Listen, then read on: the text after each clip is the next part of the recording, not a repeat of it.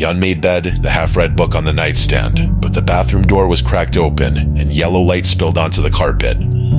Through the gap, I saw her, or at least I saw the back of her head. She was standing at the sink, brushing her long dark hair. Her movements were slow, mechanical. "Sarah?" I whispered, tears blurring my vision. You're home?" She didn't stop, she didn't turn, but her voice, thin and hollow like wind through dry leaves, filled the room. "They buried me too deep, Mark. It's so heavy. The dirt, it gets into your throat." She slowly began to turn around, and I realized with a jolt of pure terror that she wasn't standing on the floor.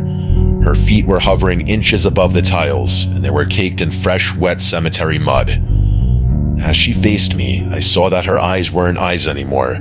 They were just dark holes filled with earth. She reached out a hand, her skin gray and shriveled. "I forgot my locket, Mark," she whispered, stepping toward me. "It's still in the box. You have to go get it. You have to dig me up." I backed away, stumbling into the hallway, but she kept coming, her movements jerky, like a puppet on broken strings. I ran downstairs and out into the front yard, collapsing on the grass.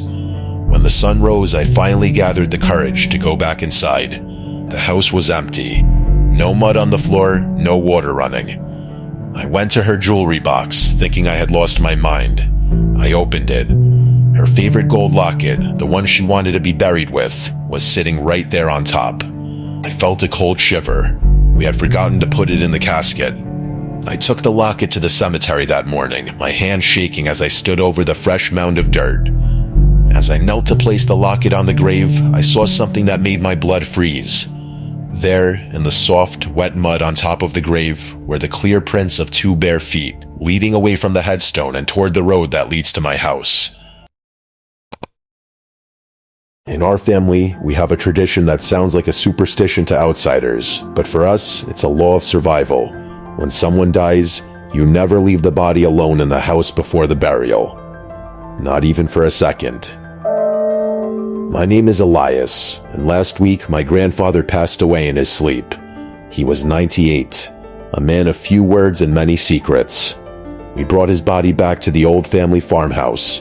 The funeral was set for the next morning.